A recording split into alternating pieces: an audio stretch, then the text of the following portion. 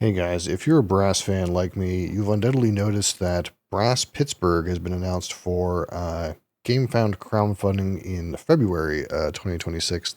It is a brand new brass title. It is not a new brass map, which may have been alluded to in the beginning, but a full-fledged game. So I just want to go over kind of like some of what we know so far about Brass Pittsburgh. There's a few things available to get your appetite wet. So we'll just like dive in real quick what we got here. Um, so we have from a post on BGG from Gavin Brown, who is the main designer on Brass Pittsburgh and was also one of the main designers on Brass Birmingham. Um, and he gives us some preliminary information here that the new brass title is required to prove its right to exist through innovative mechanisms, interesting dynamics, and fresh storytelling. So this is again a brand new brass game. It's not like it's kind of a rehash, similar, maybe just a new map sort of idea. The game's design is complete. I gave this game everything I have as a designer and spent an immense amount of time obsessing over ways to push the design space to its limits. After finishing the design, I felt like there's still more room to explore in the brass system. There's also another line where he mentions here that he started this project trying to make a more minimalist version of Brass Birmingham. But in researching all the important booming industries over the past few years, it became clear that Pittsburgh was not the game or the region to go ultra minimalist. So that goal likely apply to the next title. So this kind of alludes that not only are we getting a third brass, we're probably getting a fourth brass too, like eventually, maybe years down the line. Number four is like already like somewhat brewing in the back of his mind. Um, and it says playtesters feel the game is very different and unique while also expressing it feels like a true brass title. So it feels like brass, but it's different and new enough that is not similar to Birmingham or the original. Um, let's see. So uh, right now they're in development. As far as I understand, they're playtesting the game multiple times a week. They also have some external playtesters. Who knows how to get into that gig? Um, and they're trying to make sure the game plays at a good pace and remove points of frustration and analysis paralysis. And of course, we know that February 2026 is the target game found for this project. And we know that there will be three different box art covers that you'll be able to choose from. So obviously this one with the train is going to be one of the options, but there's also a couple other covers by the same artist that you'll be able to choose from if you want a different box cover.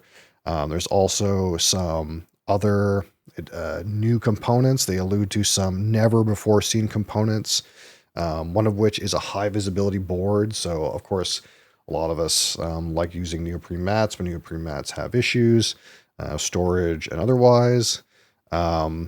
But one of the options here is a high visibility board, which reflects very little direct light, so a glare reducing board, if you will. There'll probably be other goodies that you can spend extra money on. It's a Kickstarter type of deal after all, crowdfunding, game found. They'll find ways to pack some more money in there, I'm sure. He also talks about so Martin Wallace's name is still in the box. Of course, Martin Wallace did the original brass and sort of invented the system, if you will, that Birmingham runs on and Pittsburgh will run on. And Gavin alludes to that Martin had just kind of a design advisory role on Pittsburgh, so he wasn't maybe directly involved. He had maybe limited direct impact, but he's still involved with Pittsburgh. So Martin Wallace's name is still on the box. He does still have some amount of influence here, but probably it's mostly Gavin's design in this case. So next up, we have a little bit of something on the Roxy main website here about Brass Pittsburgh. And it kind of just says about, not much here about co-designer from Brass Birmingham, talking about the America's Gilded Age. Now, in this features here, we can allude a couple things. So, it takes place in the Steel Belt, located in the United States. But it also says at the very back here, build sprawling networks of railways, pipelines, steel mills, oil refineries, and more. So I imagine, steel mills is going to be a main commodity, but also oil refineries are mentioned here, and building pipelines is also mentioned here. So that'll be an interesting kind of change to be able to perhaps move oil through pipelines, not only through rail, and have oil be a main resource. And of course, we also have an update on the not yet launched GameFound page. Talks about heavy locomotives, which is something that's in the game. They talk about the thematic connections here. But we'll get into really the meat of what they're spoiling here. First one is integrated markets. So if you remember in Brass, there's a big market for coal and iron. And iron can go anywhere, but coal has to have a direct connection. In Pittsburgh, it would seem that there's no one big global market. There's markets that are localized in different locations. So you'll probably have to connect to different locations in order to use the market for that specific location's market for coal and iron resources, having those markets localized in places on the board rather than a global market. Now you can also pay for the Vanderbilt delivery. It seems like in Birmingham and Lancashire, you had some commodities like iron move without actual network connections. But in Pittsburgh, travel must have established links. Otherwise, you must pay the Vanderbilt price. So you can pay extra if you really need something. But for the most part, everything's going to require a connection. So the next one is about rail construction bonuses. So in the other two games, if you built railways, they probably were going to score. Now in the new version in Pittsburgh, it's more about railways that are useful.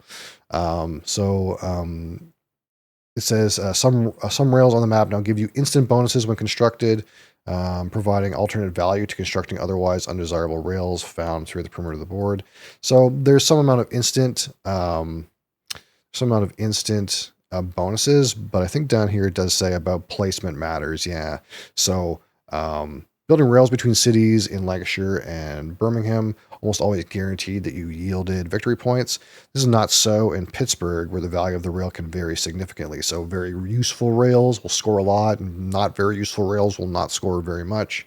They have the ability to favor building high link value industries and cities you're connected to, and you can also attack the rails of your opponent by building an industry tile that provides 0 rail points to a city.